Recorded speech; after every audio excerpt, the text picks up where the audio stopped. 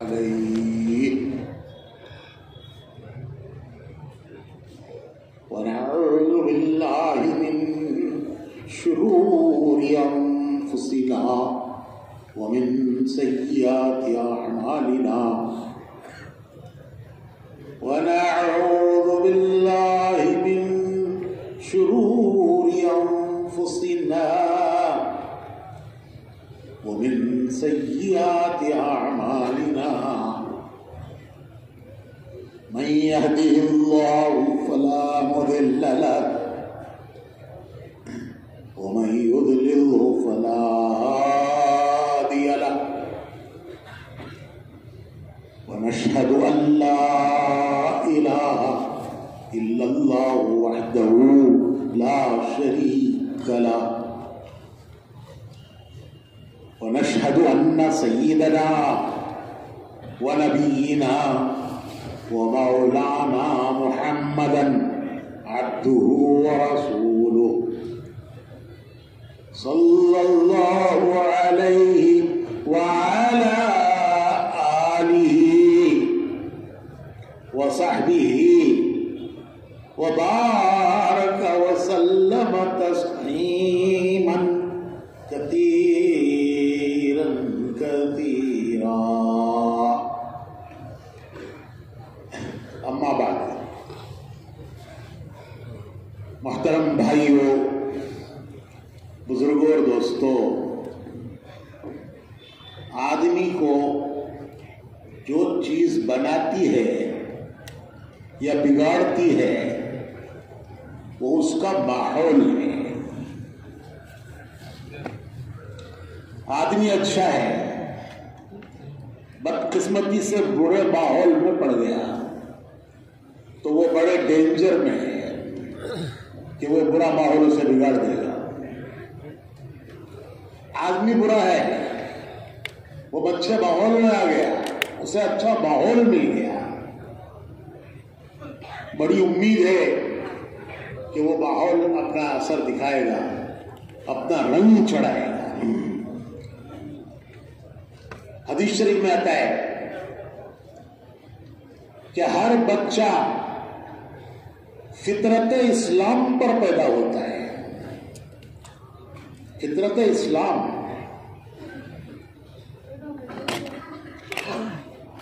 جب حضرت ابراہیم علیہ السلام اللہ کی طرف آئے تو اللہ تعالیٰ نے ان سے فرمایا، قرآن کریم میں ہے، اذ قال له ربه اسلم، کہ ہم نے ابراہیم سے خطاب کیا۔ وہ وقت یاد کرنے کے قابل ہے جب ہم نے ابراہیم سے خطاب کیا۔ کیا خطاب کیا؟ اسلم، اسلم، فرما بردار ہو جاؤ، فرما بردار بن جاؤ۔ اسلام فرما برداری ہے، حکم ماننا ہے۔ تو حضرت ابراہیم علیہ السلام نے جواب دیا، قال اسلمت لرب العالمین، میں سارے عالموں کے پروردگار کا فرما بردار ہو گیا۔ تو اللہ تعالیٰ نے حضرت ابراہیم علیہ السلام سے کیا فرمایا؟ ذرا بولے، ایک لفظ اسلم، اسلم، کہ مسلمان ہوئے ہو۔ انہوں نے جواب دیا قال اسلمت، حکم تھا اسلم، جواب دیا اسلمت، میں فرما بردار ہو گیا۔ حدیث میں آتا ہے کہ ہر بچہ اسلام کی فطرت پر پیدا ہوتا ہے، فرما بردار اللہ کا، نافرمان نہیں، باغی نہیں، لیکن اس کا ماحول اسے اپنے رنگ میں رنگتا ہے، بگاڑتا ہے۔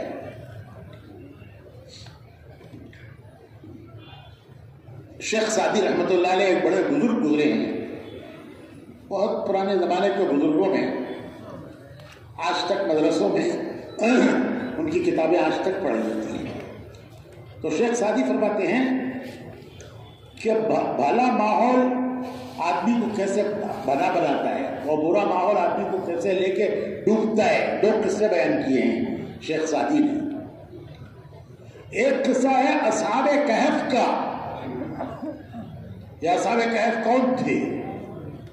یہ چند نوجوان تھے، چند نوجوان ایمان والے، ان کے زمانے کا بادشاہ مشرک کافر تھا.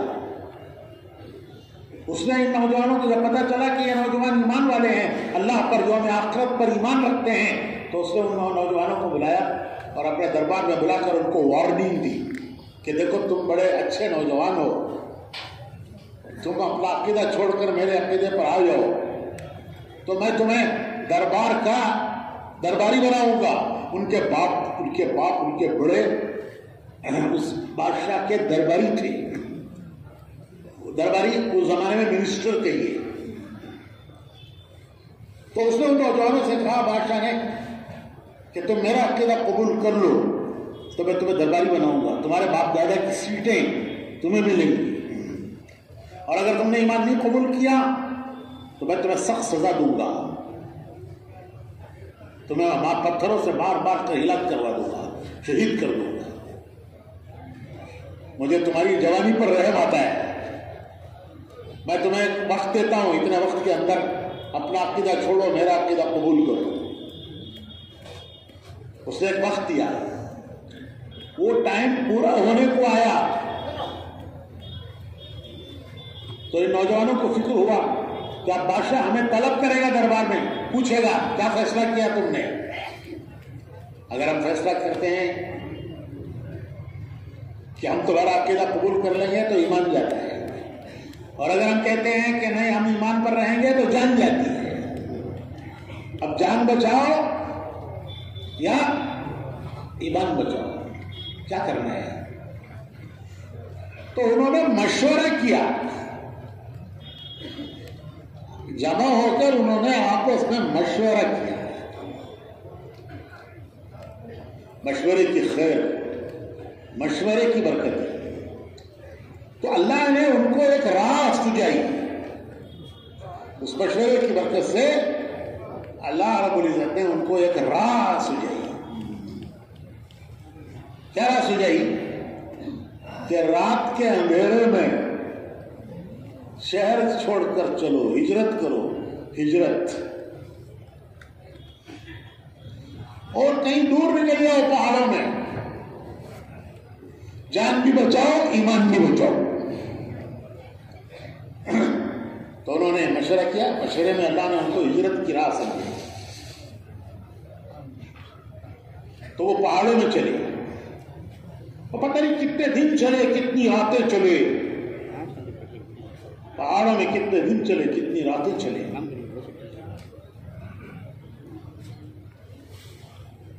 ان کے ساتھ ایک کتا ہو گیا. عربوں میں بکریاں چرانے والے کتا ساتھ رکھتے ہیں. وہ کتا چاروں طرف سے بکریوں کی حفاظت کرتا ہے، ہر خطرے سے بکریوں کے ریوڑ کو ادھر ادھر دیکھ کر کہیں سے خطرہ ہے ادھر دوڑ کر وہ خطرہ دور کرتا ہے. تو ایسا کتا وہ ان نوجوانوں کے ساتھ ہو گیا. تو کئی دن چلنے کے بعد ان کو پہاڑوں میں ایک غار نظر آیا. انہوں نے سوچا کہ یہ غار بڑی اچھی جگہ ہے، چھپنے کی جگہ ہے، یہاں چھپ جائیں گے، بادشاہ کو پتہ نہیں چلے گا کہ ہم کہاں ہیں. تو یہ چھپنے کی بڑی اچھی جگہ ہے. تو وہ اس غار میں چھپ گئے، اور وہ کتا ان کے ساتھ آگے پیچھے دائیں بائیں چلتا رہا. جدھر سے کوئی خطرہ، کتا سونگتا ہے، خطرہ سونگتا ہے، تو جدھر سے کوئی خطرہ اسے وہ سونگتا تو دوڑ کر جا کر اس خطرے کو دور کرتا. جب یہ نوجوان غار میں سو گئے تو وہ کتا اگلی ٹانگیں، سامنے کی ٹانگیں یوں پھیلا کر وہ اس کے غار کے منہ پہ بیٹھ گیا کہ کوئی سوتے میں جا کر ان جوانوں کو کوئی نقصان نہ پہنچائے. تو ان کی حفاظت کے لیے غار کے منہ پر وہ ٹانگیں پھیلا کے بیٹھ گیا. خیر قصہ لمبا ہے، مجھے پورا نہیں سنانا، اسی میں گزر جائے گا. وہ غار ہم نے دیکھا ہے اردن میں اس کے پائے تخت کے قریب پہاڑوں میں وہ غار ہے. لوگ جاتے ہیں، دیکھتے ہیں، اس کی زیارت کرتے ہیں. ہم بھی گئے تھے، دیکھا آپ نے وہ غار.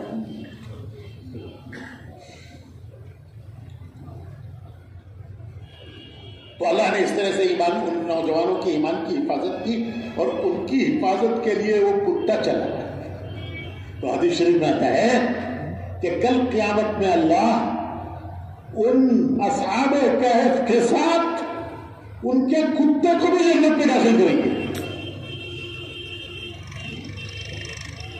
کتا ایک نجس جانور ہے. اصحاب کہف کی صحبت کی برکت ان کے ساتھ چلا اور ان کی حفاظت کرتے چلا، ان کی حفاظت کے لیے غار کے منہ پر بیٹھ گیا. تو حدیث شریف میں آتا ہے کہ کل قیامت میں اللہ رب العزت جب اصحاب کہف جنت میں داخل ہوں گے تو ان کے ساتھ ان کا کتا بھی جنت میں داخل ہوگا. 10 جانور آئے ہیں حدیث شریف میں، 10 جانوروں کے نام آئے ہیں کہ جو جنت میں جائیں گے. ان 10 جانوروں میں ایک اصحاب کہف کا کتا بھی ہے. تو شیخ سعدی کہتے ہیں کہ یہ بھلی صحبت کتا جنت میں جانے کے قابل بن گیا. پھر بری صحبت بیان کی انہوں نے. بری صحبت کا نقصان کیا ہے؟ بری صحبت کی مثال انہوں نے دی ہے نوح علیہ السلام کا بیٹا. جب طوفان نوح آیا تو نوح علیہ السلام بیٹے سے کہنے لگے کہ بیٹا آج کے دن اس کشتی کے علاوہ تجھے کہیں نجات نہیں ملے گی. دیکھ میرے سب ماننے والے میری کشتی میں بیٹھ گئے، تو بھی آجا بیٹھ جا. جس نبی نے 950 سال اپنی امت کو بلایا ہو، انہوں نے اپنے بیٹے کو کس پیار سے بلایا ہوگا، کس درد سے بلایا ہوگا. لیکن بری صحبت. بیٹا کہنے لگا ابا میں پہاڑ پہ چڑھ جاؤں گا، مجھے پہاڑ بچا لے گا، اس طوفان سے مجھے پہاڑ بچائے گا. نوح علیہ السلام سمجھاتے ہیں کہ دیکھ بیٹا یہ طوفان نہیں ہے، یہ اللہ کا عذاب ہے. مجھے اللہ نے حکم دیا کشتی بنانے کا، جو اس پہ بیٹھا وہی نجات پائے گا، تو بھی آ جا. ارے سب بیٹھ گئے، تو میرا بیٹا ہے، تو بھی بیٹھ جا. اس نے نہیں مانی، وہ دوڑ کے پہاڑ پہ چڑھ گیا. طوفان بڑھتا گیا، سب لہریں اٹھی، پہاڑوں کی طرح پانی میں لہریں اٹھی. ایک لہر پہاڑ پر سے گزر گئی اور بیٹا گیا پانی میں. ان کی آنکھوں کے سامنے ان کا بیٹا پانی میں غرق پڑا ہے. تو دل ملایا ان کا. انہوں نے اللہ سے فریاد کی کہ اللہ تو نے مجھ سے فرمایا تھا کہ تو میرے اہل کو بچائے گا، اور میرے اہل میں سب سے قریب میرا بیٹا ہے، وہ میری آنکھوں کے سامنے ڈوب رہا ہے. تو جواب آیا غصے کے ساتھ. غصے کا جواب، اس کا خلاصہ میں ترجمہ نہیں کر رہا ہوں، خلاصہ بول رہا ہوں. اس کا ترجمہ یہ، وہ خلاصہ یہ کہ جو میرا نہیں وہ تیرا کیسے ہو گیا، جو میرا نہیں بنا. یہ اللہ کی طرف سے غصے کا جواب آیا کہ جو میرا نہیں بنا وہ تیرا کیسے ہو گیا. ارے تیرے تو وہ ہے جو میرے ہیں، اور جو میرے نہیں ہے وہ تیرے بھی نہیں ہے. نوح علیہ السلام نے اللہ سے معافی مانگی کہ میں نے نافرمان کی سفارش کی. تو شیخ سعدی کہتے ہیں کہ نبی کا بیٹا بری صحبت اسے لے کے ڈوب گئی. وہ نہیں ڈوبا، اس کی صحبت نے اسے ڈوبایا. وہ نہیں ڈوبا، اس کی صحبت اسے لے کے ڈوبی. تو فرماتے ہیں کہ بھلی صحبت کتا جنت پہ جانے کے قابل بنا، اور بری صحبت نبی کا بیٹا ڈوب گیا. ہمارے بزرگوں میں ایک بزرگ تھے مولانا سعید احمد خان صاحب رحمۃ اللہ علیہ. وہ اس کام کے لیے ہجرت کر کے مدینہ منورہ چلے گئے تھے. برسوں انہوں نے مدینہ میں گزارے، کچھ 40 برس سے اوپر مدینہ میں گزارا انہوں نے. پھر وہیں انتقال ہوا، جنت البقیع میں دفن ہوئے. تو وہاں کے علماء سے ان کے بڑے تعلقات تھے. وہاں کے علماء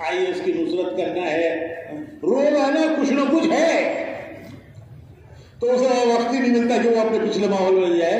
ہم اس کے فارغ وقت کو گھیر لیتے ہیں گشتوں میں، تعلیم میں، کہ آج پہلا گشت، آج دوسرا گشت، آج مرکز کا اجتماع، آج مشورہ، آج جماعت آئی اس کی نصرت.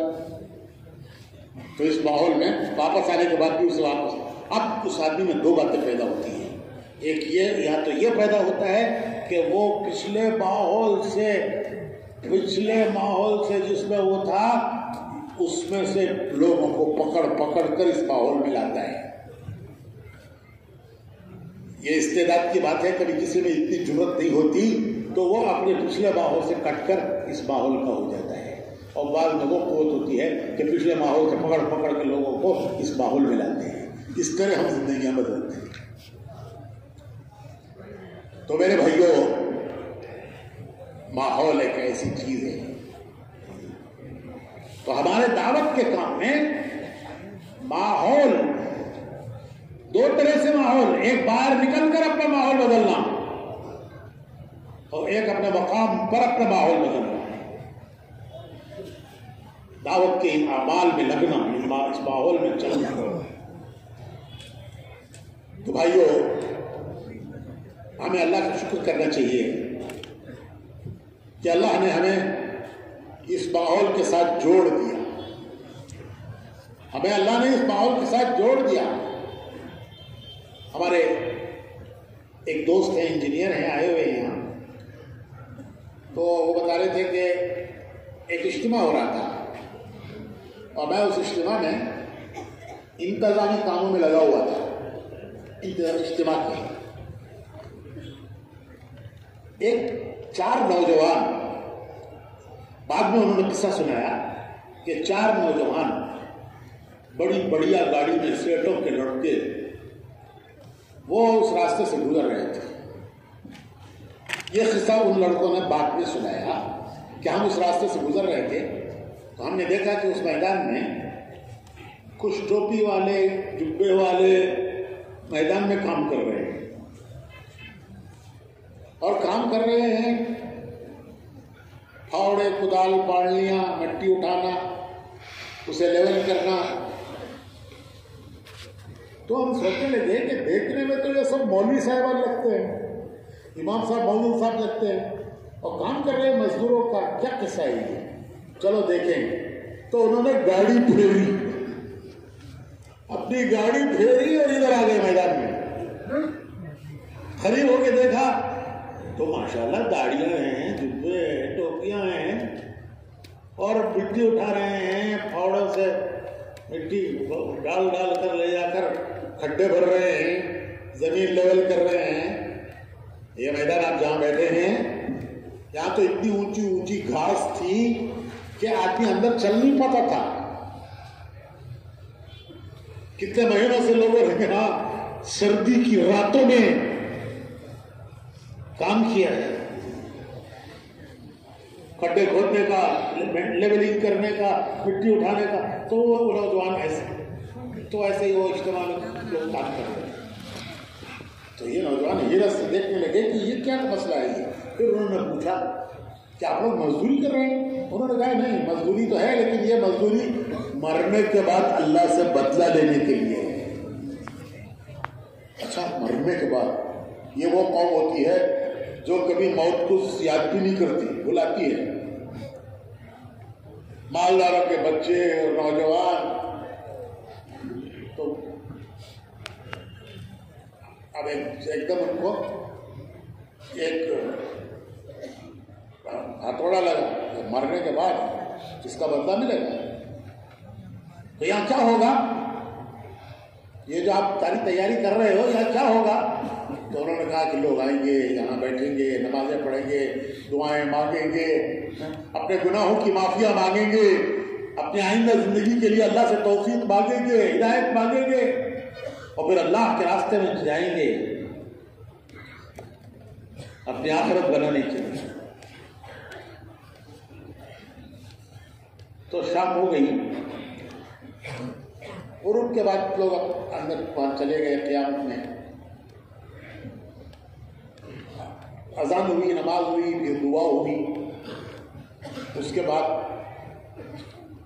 یہ نوجوان کہنے لگے آپس میں ایک دوسرے سے کیا وہاں نہیں جانا ہے جہاں ہم جا رہے تھے؟ جہاں ہم جا رہے تھے اب وہاں نہیں جانا ہے، کل سے یہاں آئیں گے. تو ان سے پوچھا ہم بھی ساتھ آپ کے ساتھ کام کر سکتے ہیں؟ انہوں نے کہا سب کر سکتے ہیں، آل آر ویلکم، سب.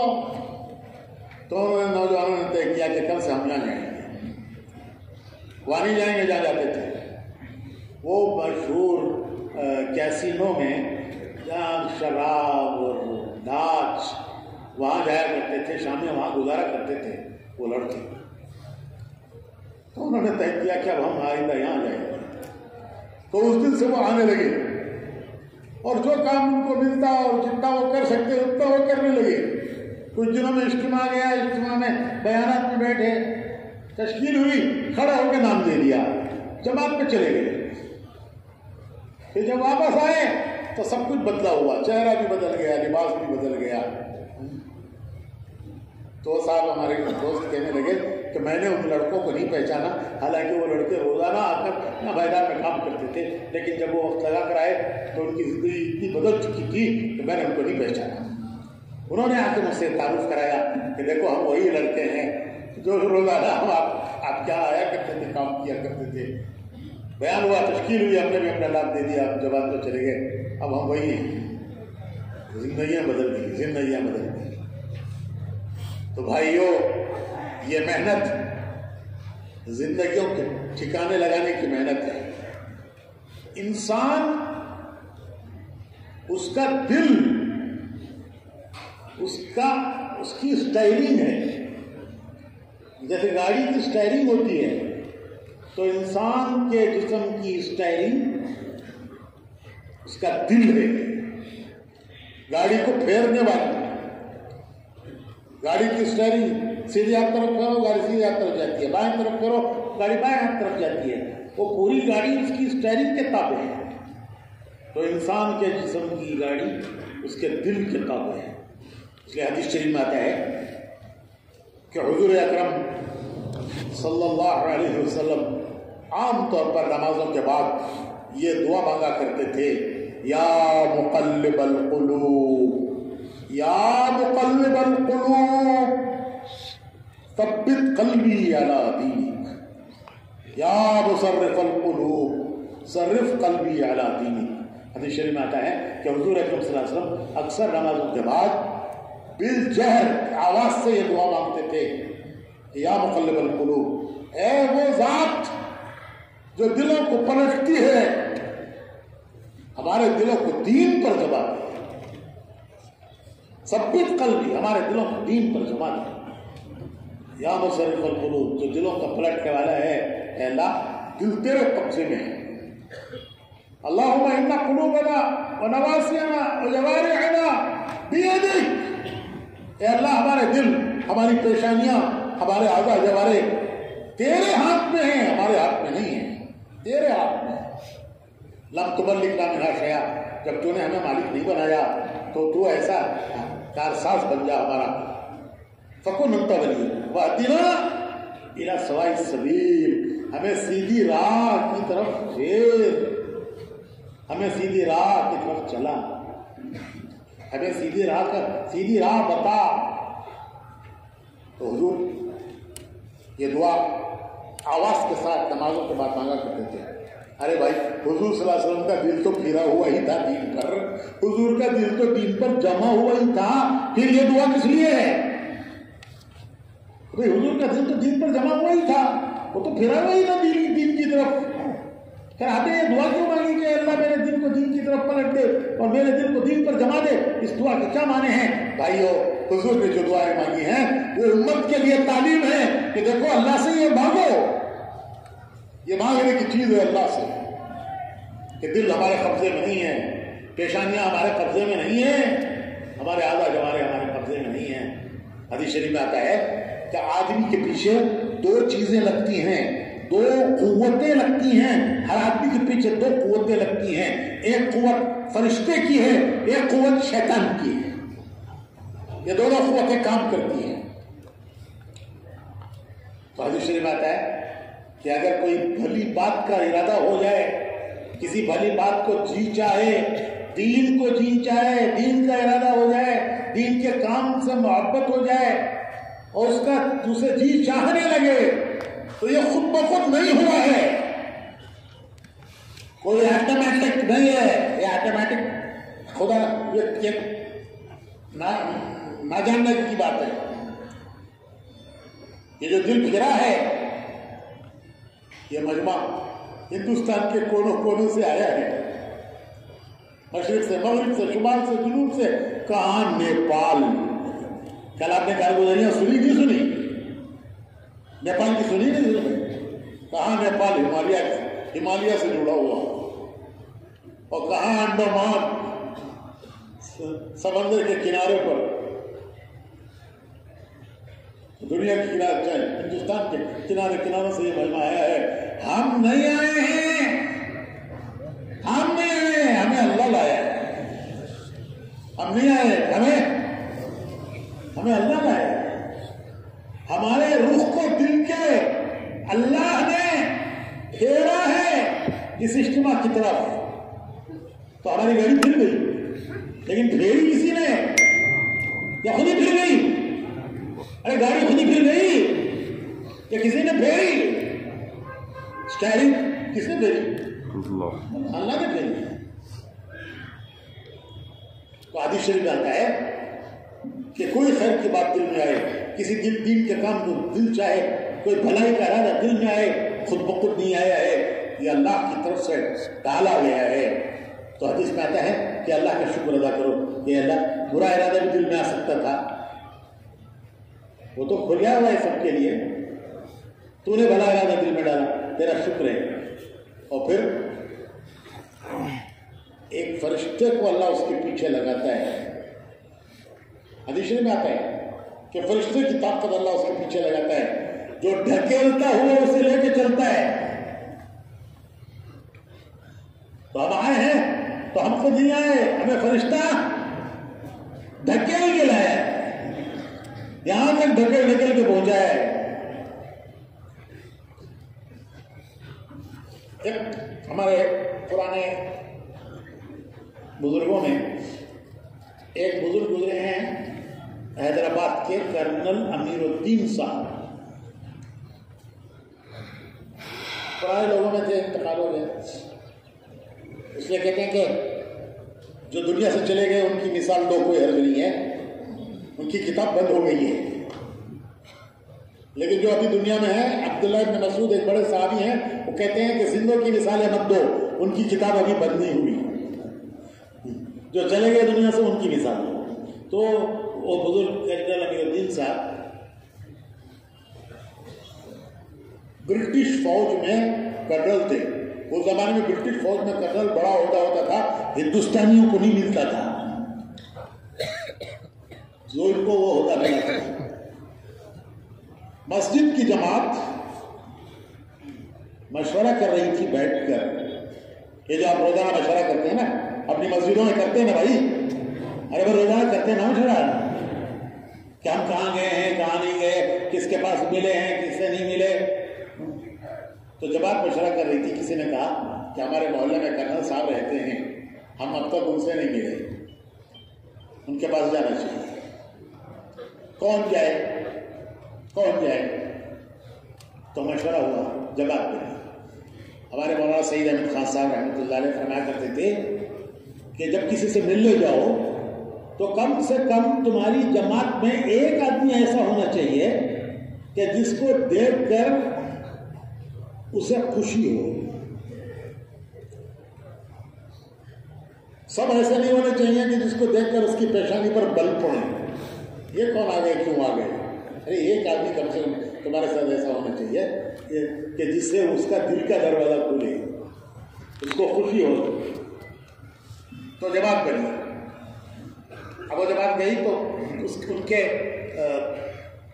بنگلے کے گیٹ پر سینٹری کھڑا رہتا تھا رائفل لے کے. تو انہوں نے اس سے درخواست کی کہ بھائی ہم صاحب سے ملنا چاہتے ہیں. تو اسے دیکھ کر کہ اچھے اچھے لوگ ہیں, دیندار لوگ ہیں, مولوی صاحبان ہیں, اسے رحم آیا. اس نے کہا کہ اچھا میں صاحب سے تمہارے لیے اجازت لے کر آتا ہوں. وہ اندر گیا تو اس نے جا کر کرنل صاحب سے کہا کہ صاحب بہت سے مولوی آپ سے ملنے آئے ہیں, کچھ مولوی آپ سے ملنے آئے ہیں. وہ مولوی صاحبان ملنے آئے ہیں تو کیا آدمی سوچتا ہے عام طور پر بھائی اگر مولوی صاحبان آئے ہیں تو کیا خیال ہوتا ہے کہ کیوں آئے ہوں گے؟ ارے کیا خیال ہوتا ہے بولیے نا, کہ کوئی چندہ مانگنے آئے ہوں گے. مسجد بن رہی ہے, مدرسہ بن رہا ہے, یتیم خانے میں سودا نہیں ہے, کچھ نہ کچھ چندہ مانگنے آئے ہوں گے. تو کرنل صاحب نے سوچا کہ ایک دو آتے تو کچھ نہ کچھ دیکھ کے میں ان کو روانہ کرتا. یہ تو کہہ رہا ہے کہ بہت سے مولوی آئے ہیں تو میں پتہ نہیں کتنا بڑا ڈیمانڈ کریں گے. تو انہوں نے سوچا کہ کسی طرح ان سے بچنا چاہیے, اوائڈ کرنا چاہیے. کیا بچنے کا آسان راستہ کیا ہے؟ تو ان کی سمجھ میں آیا. انہوں نے سینٹری سے کہا جا کے کہہ دو کہ صاحب گھر میں نہیں ہے, صاحب گھر میں نہیں ہے. نہیں ہے تو کیا, نہیں ہے تو پھر کیا کریں گے بھائی؟ کیا یہ کہیں گے کہ چیکنگ کریں گے ہم؟ ارے بھائی نہیں ہے تو اچھی بات ہے, انشاءاللہ پھر کبھی آئیں گے. اب تو ٹل گیا معاملہ. لیکن اللہ کی شان, وہ سینٹری آیا اور اس نے آ کر یہ کہا کہ صاحب بول رہے ہیں صاحب گھر میں نہیں ہے. بانڈا پھوڑ دیا پورا. صاحب بول رہے ہیں, صاحب بول رہے ہیں, کیا بول رہے ہیں کہ صاحب گھر میں نہیں. کرنل صاحب نے بھی سن لیا کہ میرا سیکرٹری کیا بول رہا ہے, اور ان کو شرم آئی. شریف آئے, باہر نکل کر آ گئے, اس کو ڈانٹا کہ ارے میں نے تجھے یوں کہا تھا. وہ بیچارہ کیا کرتا غریب آدمی, اس نے اگر وہ کہے کہ ہاں یوں ہی کہا تھا تو اس کی تو چھٹی ہو جائے گی ملازمت سے. بس وہ دن تھا, وہ دن تھا. وہ تبلیغ میں لگ گئے. پھر آگے بڑھتے چلے گئے, بڑھتے چلے گئے, بڑھتے چلے گئے. ہم نے دیکھا ہے ان کو, رہے ہیں ہم ساتھ. آگے بڑھتے گئے, بڑھتے گئے, بڑھتے گئے, یہاں تک کہ جب پہلی جماعت ہندوستان سے انگلینڈ گئی, اس کے امیر تھے کرنل صاحب. پورے یورپ میں وہ جماعت کام کرتی ہوئی انگلینڈ گئی, اور انگلینڈ کے کام اٹھانے والی جماعتوں میں وہ جماعت تھی ہندوستان سے جانے والی پہلی جماعت, اور اس کے امیر تھے کرنل صاحب. پھر اللہ نے اس امریکہ میں کتنا کام لیا, کتنے ہزاروں نوجوانوں کی زندگیاں بدلی. وہ نوجوان جو امریکہ میں پڑھتے تھے, امریکہ میں پڑھنے کو غریب تھوڑے ہی جاتا ہے, یہ تو مالدار گھرانوں کے بچے, اور بڑی تعلیم حاصل کرنے کے لیے وہاں کے ماحول میں جا کر گم ہو گئے. تو اللہ نے ان کے ذریعے سے ان کو نکالا. میں یہ عرض کرنا چاہ رہا تھا کہ کرنل صاحب تو تبلیغ میں لگے تو وہ لگنا چاہتے تھے یا بچنا چاہتے تھے؟ بھائی وہ لگنا چاہتے تھے, لگ گئے, یا بچنا چاہتے تھے؟ وہ تو بچنا چاہتے تھے, لیکن اللہ ہم کو لگانا چاہتے تھے. انہوں نے بچنے کی تدبیر کی اور اللہ نے ہم کو لگایا. اللہ نے لگایا. میرے بھائیوں, یہ ایک کرنل صاحب کا قصہ نہیں ہے, ہمارا سب کا یہ قصہ ہے. ایک کرنل صاحب کا قصہ نہیں ہے, ہمارا سب کا یہ قصہ ہے. ہم اپنی پچھلی زندگی پر غور کریں. جب ہمارے پاس جماعتیں آئیں اور جب انہوں نے آ کر ہمیں دعوت دی اور ہمیں لے جانے کی کوشش کی, تو ہم لگنا چاہتے تھے کہ بچنا چاہتے تھے؟ ایمانداری سے بتائیے, لگنا چاہتے تھے, بچنا چاہتے تھے؟ لیکن اللہ نے ہمیں لگایا, چلا رہا ہے. اب اللہ سے دعا مانگنی ہے کہ اللہ موت تک اسی طرح استقامت کے ساتھ اللہ چلاتا رکھے اور آگے بڑھاتا رکھے. تو میرے بھائیوں, بڑی اللہ کی میں تو حدیث شریف آتا ہے کہ آدمی کے پیچھے دو قوتیں کام کرتی ہیں. ایک فرشتے کی طاقت جو اسے خیر کی طرف ڈھکیل کے لے جاتی ہے. اگر آپ بھی کسی خیر کی طرف چلے تو اللہ سے دعا کرے کہ اللہ تیرا کرم ہے کہ تو مجھے چلا رہا ہے, تو نے میرے پیچھے فرشتہ لگایا ہے جو مجھے ڈھکیل کر لے جا رہا ہے. اور کبھی خدا نہ خواستہ کوئی برا ارادہ دل میں آئے, برے خیالات دل میں آتے ہیں, 4 مہینے لگے کہ ختم نہیں ہوں گے, وہ تو موت تک سلسلہ چلے گا. دنیا یہاں دونوں طرف کھینچائی ہوگی, بڑائی کی طرف بھی بگاڑ کی طرف. تو دل میں خیالات آتے ہیں, جب ایسے خیالات آئیں تو کیا کرے؟ حدیث شریف میں آتا ہے لاحول پڑھو, اللہ سے مدد مانگو کہ اللہ نیکی کر نہیں سکتا, برائی سے بچ نہیں سکتا جب تک تیری مدد ساتھ ہے. تو بھائیو ایک ماحول میں اللہ نے ہمیں چلایا, بڑی نعمت ہے, بڑی نعمت ہے. موت کے وقت پر احساس ہوتا ہے کہ کتنی بڑی نعمت ہے, کتنی بڑی نعمت ہے. آج چل رہے ہیں, ایک فضا میں چل رہے ہیں, ایک ماحول میں چل رہے ہیں, یہ اندازہ نہیں ہوتا کہ یہ کتنی بڑی نعمت ہے, کتنی بڑی نعمت ہے. انشاءاللہ موت کے وقت پر جب نتیجوں کا اعلان ہوگا اس وقت پتہ چلے گا کتنی بڑی دولت تھی. بڑے بڑے دنیا سے گئے ہیں, حسرت کرتے ہوئے گئے ہیں, حسرت کرتے ہوئے گئے ہیں. دنیا کے اعتبار سے بہت بڑے, لیکن وہ حسرت کرتے ہوئے دنیا سے گئے ہیں. اور اللہ نے اپنی راہ میں چلنے والوں کو اللہ تعالیٰ نے, حدیث شریف میں آتا ہے کہ فرشتہ جب روح لینے آئے گا تو جنت کے گلدستے ہوں گے, ہر پھول کا رنگ الگ, ہر پھول کی خوشبو الگ. کہے گا ارجعی الی ربک راضیۃ مرضیہ فادخلی فی عبادی وادخلی جنتی. کہے گا اے چلو, ارجعی چلو الی ربک راضیۃ مرضیہ, اس رب کی طرف اس حال میں کہ وہ تم سے راضی, تم اس سے راضی. فادخلی فی عبادی, اس کے بندوں میں داخل ہو جاؤ. وادخلی جنتی, اس کی جنت میں داخل ہو جاؤ.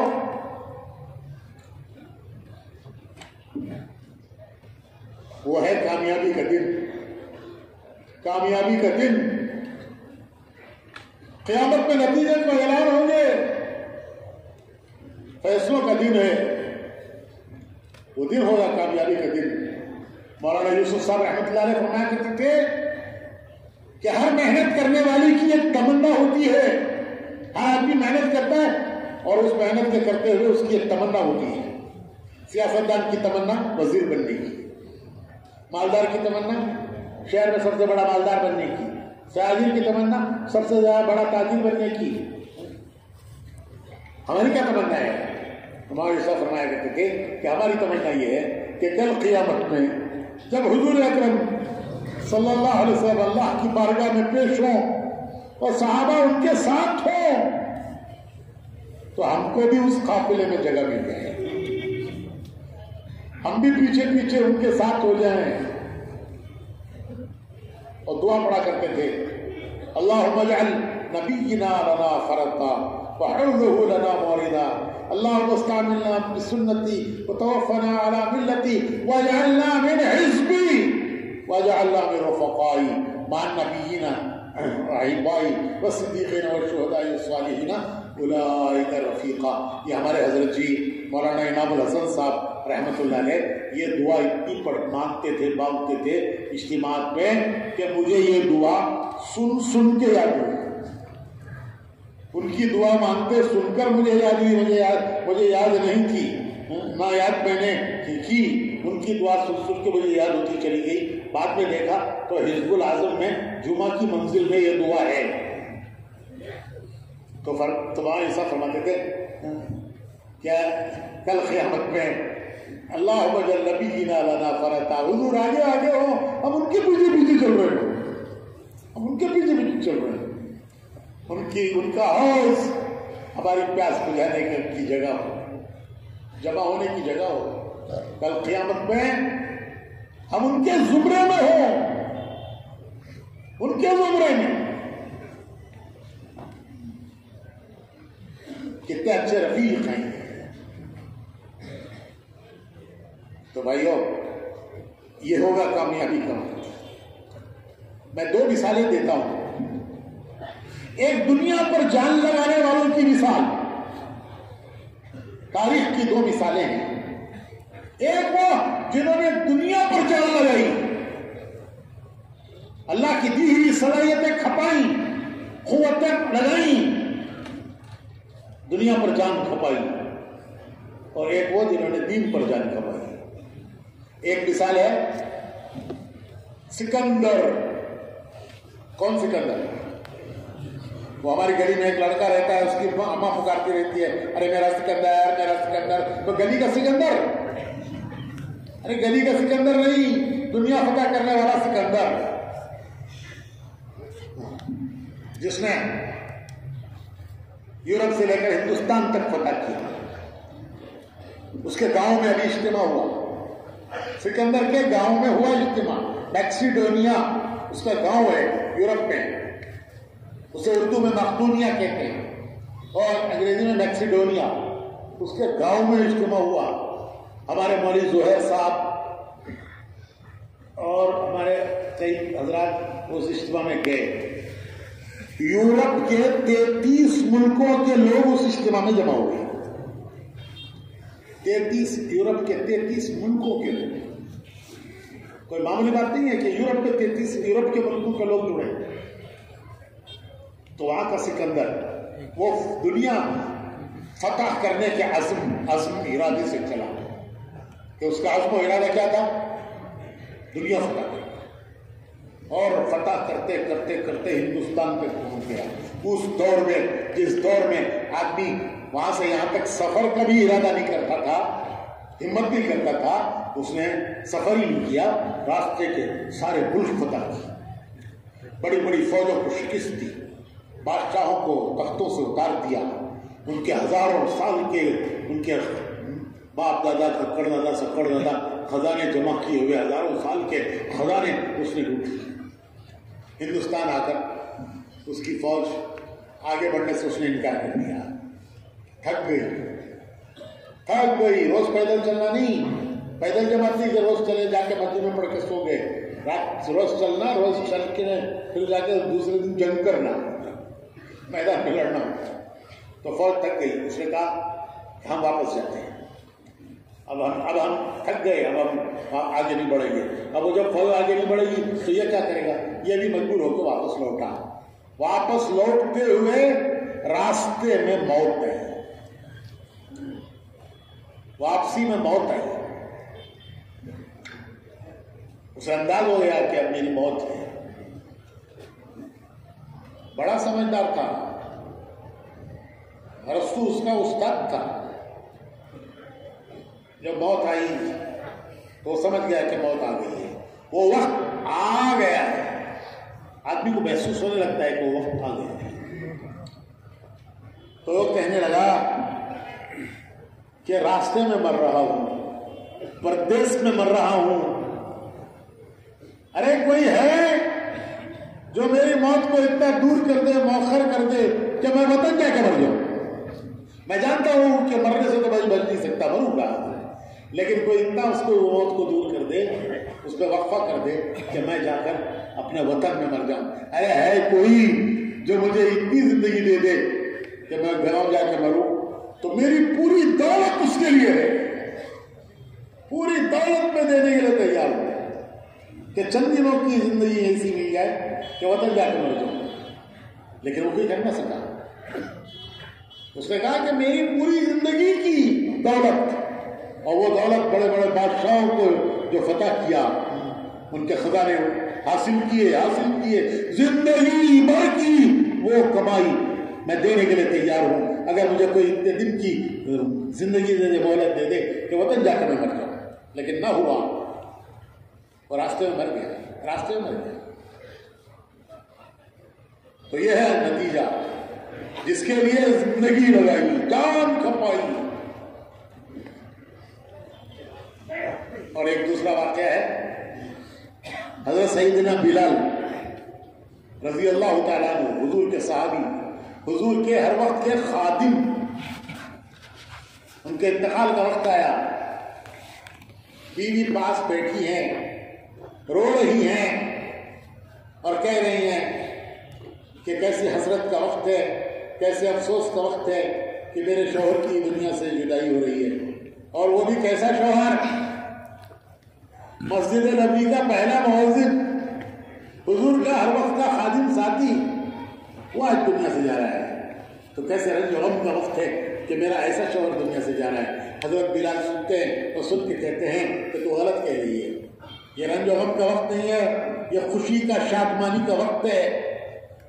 ابھی تھوڑی دیر میں دنیا سے جاؤں گا، تھوڑی دیر میں جاؤں گا دنیا سے، میرے آقا محمد رسول اللہ صلی اللہ علیہ وسلم انتظار کر رہے ہیں، میرے دوست صحابہ وہ انتظار کر رہے ہیں کہ آج کون آ رہا ہے؟ آج بلال آ رہا ہے، تھوڑی دیر میں دنیا سے جاؤں گا، آخرت میں پہنچوں گا۔ جو میرے ساتھی صحابہ پہلے چلے گئے وہ وہاں میرے منتظر ہیں کہ آج کون آ رہا ہے؟ آج بلال آ رہا ہے۔ میرے آقا محمد رسول اللہ صلی اللہ علیہ وسلم انتظار کر رہے ہیں، آج کون آ رہا ہے؟ آج بلال آ رہا ہے۔ تو یہ وہ ہیں جنہوں نے دین پر جان کر رہے ہیں، اور یہ وہ ہیں جنہوں نے دنیا پر جان کر رہے ہیں۔ جیسے کوئی سعودی عرب میں کام کرتا ہے، کویت میں کام کرتا ہے، قطر میں کام کرتا ہے، دبئی میں، تو جب وہ آتا ہے تو گھر والے سب خوش رہتے ہیں کہ بھئی آج ہمارا شوہر آ رہا ہے، بیٹا آ رہا ہے، باپ خوش ہے، بیٹا آ رہا ہے، بیوی خوش ہے، شوہر آ رہا ہے، بچے خوش ہیں، باپ آ رہا ہے۔ اور وہ وہاں ایئرپورٹ پر دبئی کے وہ اس کے دماغ میں یہ چل رہا ہے، تھوڑی دیر میں جاؤں گا، ایئرپورٹ پہ اتروں گا، میرے گھر والے مجھے لینے کے لیے آئے ہوئے ہوں گے، کار لائے ہوں گے، گھر سے آئے ہوں گے، اور گھر میں بریانی پکی ہوگی، گھر میں بریانی پکی ہوگی۔ اس کے تخیلات کہاں؟ دبئی میں۔ کیا ابھی تھوڑی دیر کے بعد پہنچوں گا ہوائی اڈا ہے دلی کا، پھر وہاں سے گھر جاؤں گا، سب میرے انتظار میں ہوں گے، بیوی بچے رشتے دار، اور گھر پہ بریانی پکی ہوگی، اور یہاں انتظار کر رہے ہیں کہ آج ابا آ رہے ہیں، آج ابا، بچے مچل رہے ہیں، آج ابا آ رہے ہیں۔ تو میرے بھائیوں، حضرت بلال کہتے ہیں کہ میرے، ارے تو کہہ رہی ہے رنج غم کا وقت ہے، یہ تو ایک خوشی کا وقت ہے، کہ وہاں میرے آقا محمد رسول اللہ صلی اللہ علیہ وسلم انتظار میں ہیں، میرے ساتھی جو دنیا سے پہلے چلے گئے میرے سے، وہ میرا انتظار کر رہے ہیں۔ آج کون آ رہا ہے؟ آج بلال آ رہا ہے۔ بھائیوں، یہ ہے نتیجے کی دنیا ہی میں نتیجہ۔ اللہ رب العزت ہمیں اس کی توفیق عطا فرمائے۔ یہ اجتماعات بیانات سنانے کے لیے نہیں ہیں، یہ بیانات سنانے کے لیے نہیں ہیں، سن کر ثواب ملے گا، لیکن نہ اپنا حال بدلے گا نہ دنیا کا حال بدلے گا۔ سننے سے نہ اپنا حال بدلے گا نہ دنیا کا حال بدلے گا، ثواب ضرور ملے گا۔ یہ بیانات سنانے کے لیے نہیں ہیں، یہ ایک فیصلہ کرنے کے لیے ہیں کہ ہمیں آئندہ زندگی میں کیا کرنا ہے، وہی کرنا ہے جو اب تک کر رہے تھے، یا ہمیں بدلنا ہے۔ اللہ کی دی ہوئی نعمتیں، قوت، طاقت، صلاحیت، زندگی، یہ دی اللہ کی دی زندگی، یہ جلتے ہوئے چراغ کسی وقت بھی بجھ سکتے ہیں، کسی کا بھی چراغ کسی وقت بھی بجھ سکتا ہے، زندگی کا چراغ بجھ سکتا ہے۔ تو بھائیو، یہ اللہ نے جو موقع دیا ہے، زندگی دی ہے، یہ کس پر لگانا ہے؟ کیا سب کچھ دنیا پر لگا دینا ہے اور فاتح سکندر کی طرح حسرت کے ساتھ جانا ہے کہ میری پوری دولت لے لو، مجھے چند دن دے دو؟ کیسی حسرت کی موت ہے کہ دنیا کا فاتح دنیا سے جا رہا ہے، حسرت کی موت، کہہ رہا ہے میری سب دولت زندگی بھر کی فتح کی ہوئی دولت لے لو، مجھے چند دن دے دو، چند دن دے دو۔ دنیا بڑی بے وفا ہے، اس نے کسی کے ساتھ وفا نہیں کی جو ہمارے ساتھ وفا کرے گی۔ اس دعوت کے کام میں کیا چاہتے ہیں؟ چاہتے ہیں بھائی اپنی زندگیوں کو لگاؤ، کہاں لگاؤ؟ سوچ سمجھ کر لگاؤ، سوچ سمجھ کر لگاؤ. دنیا وہ تو سب کھا جائے گی، سب کچھ کھا جائے گی اور واپس میں بدلہ کچھ ملے گا. تو مولانا الیاس صاحب رحمۃ اللہ علیہ نے امت کو ایک نظام دیا ہے، ایک سسٹم دیا ہے، ایک نظام دیا ہے کہ دیکھو اپنی زندگیوں کو سوچ سمجھ کے لگاؤ، خرچ کرو. ایسا نہیں ہونا چاہیے کہ اس کا سب کچھ دنیا کے لیے لگ جائے اور ہم حسرت کے ساتھ دنیا سے جائیں. ایک حصہ اس کا اللہ کے دین کے لیے ایک حصہ لگاؤ، اسے طے کرو کہ اتنا مجھے کرنا ہے. دنیا مجھے موقع دے گی تو بھی کروں گا، اور دنیا موقع نہیں دے گی تو کیا کرنا؟ نہیں کریں گے. دنیا موقع نہیں دے گی تو اسے قربان کر کے یہ کروں گا. مجھے ایک چیز طے کرنی ہے کہ مجھے کیا کرنا ہے آئندہ زندگی میں. دنیا مجھے موقع دے گی تو بھی دور کروں گا، اور دنیا موقع نہیں دے گی تو میں دنیا کو قربان کر کے اسے کروں گا. کیوں؟ کہ یہ مجھے بدلہ دلائے گی، وہ مجھے کوئی بدلہ نہیں دلائے گی. تو مولانا الیاس صاحب رحمۃ اللہ علیہ نے امت کو زندگیوں کا ایک نظام دیا ہے کہ زندگیوں کے بارے میں فیصلے کرنا کہ کتنا اس اللہ کے دین کے لیے ہم اللہ کی دی ہوئی نعمتوں کو. جان بہت بڑی نعمت. جان کے ایک معنی ہے وقت. جب تک جان ہے وقت ہے. جان گئی تو 4 مہینے مانگیں گے، قبرستان میں جا کے تشکیل کرو، بولو بھائی کتنا لگائے، وہ کہیں گے باقی سب لگا لو. تو جان کے ایک معنی ہے وقت. اس وقت کو کیسے خرچ کرنا ہے؟ یہ برف کی سلی ہے، پگھل جائے گی. ایک اعلیٰ درجہ ہے اور ایک ادنا درجہ ہے. اعلیٰ درجہ حق تو کوئی نہیں ادا کر سکتا. حق ادا کرنا دین کا. ارے اللہ کی دی جان اللہ کے لیے لگائی تو ہم نے کیا دیا؟ اس کا دیا ہوا اسے دیا. جان اللہ کی دی ہوئی اس کے کام پر لگائی، ہم نے کیا دیا؟ اس کی دی جان اس کے دین پر لگائی. مال اس کا دیا ہوا، ہم نے اس پر لگایا دین کے لیے، ہم نے کیا کیا؟ وہ تو اس کا دیا ہوا اسے لگایا. تو حق تو کوئی نہیں ادا کر سکتا. لیکن بھائیوں وہ اللہ بڑا نوازنے والا ہے، بڑا قدردار ہے. بندوں کی قدر کرنے والا مالک ہے، بڑا مالک ہے جو بندوں کی بڑی قدر کرتا ہے، بندوں کی قدر کرتا ہے، اپنے بندوں کی قدر کرتا ہے. تو اعلیٰ درجہ یہ ہے کہ 4 مہینے زندگی کا ایک تیسرا حصہ 3 حصے کرو. سال کے 12 مہینے 3 حصے کرو. 4 مہینے اللہ کے دین کے، ایک تیسرا حصہ اللہ کے دین کے لیے لگانا. یہ اعلیٰ درجہ ہے. اللہ پاک انہیں ذریعہ بنائیں گے دنیا میں ہدایت کے پھیلنے کا، انہیں بھی ہدایت دیں گے، اور اللہ ان کو ذریعہ بنائیں گے دنیا میں ہدایت کے پھیلنے کا. تو اعلیٰ درجہ 3 حصے کرنا، 3 حصے کر کے ایک حصہ اللہ کے دین کے لیے لگانا. اور آخری درجہ یہ اپنی نجات کے لیے کیا ہماری نجات ہو جائے. 10 حصے کر کے ایک حصہ اللہ کے دین کے لیے لگانا. 10 حصے کرو، 9 حصے اپنے اہل و عیال کے لیے، ایک حصہ اللہ کے دین کے لیے. یہ نجات کا ذریعہ ہے. 10 حصے لگائیں گے.